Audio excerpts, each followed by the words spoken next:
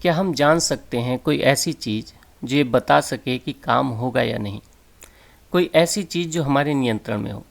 आइए इसका जवाब जानने के लिए हम सम्मोहन यानी हिप्नोटिज्म से जुड़े एक बहुत ही खास शब्द को समझने की कोशिश करते हैं।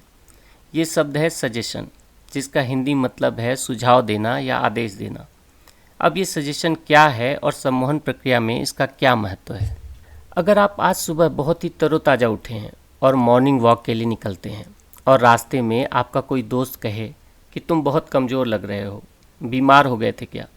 तो आपका क्या जवाब होगा? नहीं, मैं तो बहुत फिट महसूस कर रहा हूँ, और आप आगे बढ़ जाएंगे। अब मान लीजिए 2-3 और लोग भी आपसे कुछ ऐसी ही बात कह दें, जैसे थके लग रहे हो, रात देर से सोए थे क्या, वगैरह वगैरह। अब आपको भी संदेह होने लगेगा कि शायद आप फिट नहीं हैं।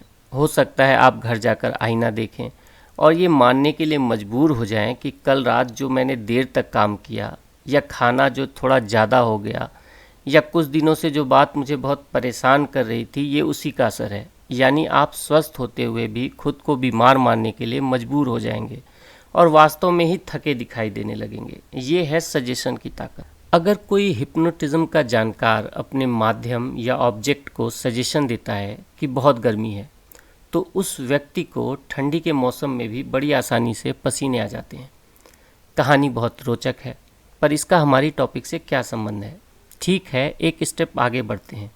सजेशन का ही दूसरा रूप है ऑटो सजेशन, यानी स्वयं को सुझाव देना।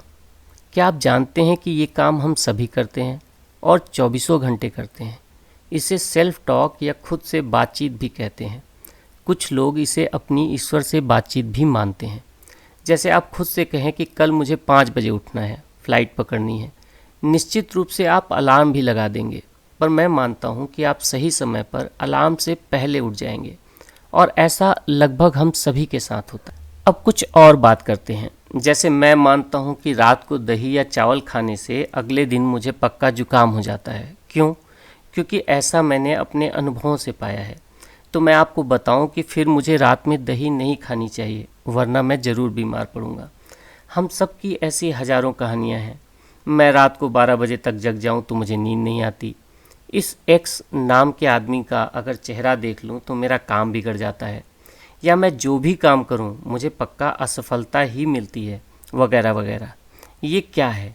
ये हमारा विश्वास है जो दोहराते रहने से और अनुभवों द्वारा पक्का हो गया है। और आप पाएंगे कि ऐसे विश्वास प्रायः सच होते हैं। हमारे शरीर के भीतर की कोई शक्ति हमारे सुझाव को सच करने में हमारा साथ देती है।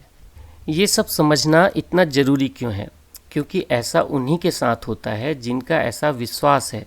वरना रात में दही और छाछ पीने वाले बहुत से ऐसे लोग हैं जो कभी बीमार नहीं पड़ते, और रात को 12 बजे जगने के बाद तो नींद और गहरी आनी चाहिए। पर क्या करें, ये कहना तो बहुत आसान है कि हर आदमी का अपना शरीर है, और शायद वो जो सोच रहा है या कह रहा है वो सही है। अब हम झगड़े में नहीं पड़ते और वापस अपने टॉपिक पे लौटते हैं कि क्या कोई ऐसी चीज़ है जो ये तय कर सके कि कोई घटना होगी या नहीं।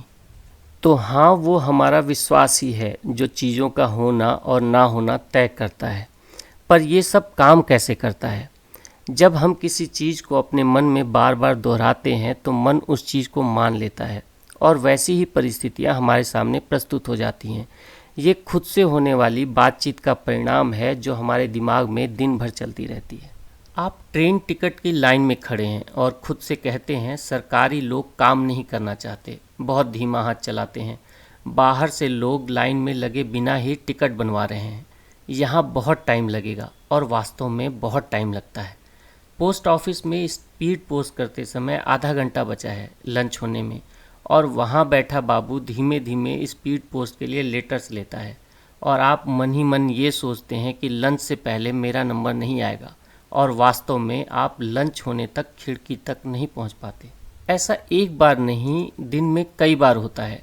हम यही सोचते हैं कि ये आदमी हमारा काम नहीं करेगा, आज सोने में देर हो गई, कल पूरे दिन थकान रहेगी, मैं दिन में सो जाऊं तो रात में नींद डिस्टर्ब हो जाती है, वगैरह वगैरह। यह सब खुद से कहने का मतलब है कि आपके साथ ऐसा ही होने वाला है। मैं कहूँगा कि आप पॉजिटिव सोचें, खुद को अच्छी बातें कहें, खुद को काम के होने का विश्वास दिलाएं, लेकिन आप कहेंगे कि मुझे तो इस बात का भरोसा है कि काम नहीं होगा, तो मैं खुद से झूठ कैसे बोल सकता हूँ। मैं पूछता हूँ कि 80,000 किलो का एक लोहे का विमान सैकड़ों लोगों को लेकर उड़ जाता है, जो किसी ज़माने में असंभव माना जाता था, और ये बात एक बहुत बड़ा झूठ। पर आपको ऐसा लगता है कि लंच से पहले खिड़की पर बैठा आदमी आपका लेटर पोस्ट नहीं करेगा, जैसे उससे आपकी कोई जाति दुश्मनी हो। अच्छा, एक और चीज़ भरोसे के ऊपर। अगर मेरा कोई बहुत करीबी दोस्त आईसीयू में है और उसके सारे रिपोर्ट निगेटिव हैं, कल का दिन शायद उसका आखिरी दिन हो और मुझसे लोग पूछते हैं कि आपके दोस्त की तबीयत कैसी है, तो मैं क्या कहूँगा कि कल वो मर जाएगा क्योंकि सारी रिपोर्टें यही बता रही हैं? नहीं, मैं कहूँगा कि सब कुछ ऊपर वाले के हाथ में है। आप भी प्रार्थना करिए कि वो ठीक हो जाए। किसी भी चीज़ का निरंतर अभ्यास करने से हम उस काम में पारंगत हो जाते हैं, और एक बार जब हमें विश्वास हो जाए कि मैं ये कर सकता हूँ, तो बचा खुचा काम अपने मन की आवाज़ों को सही दिशा देकर हम पूरा कर सकते हैं।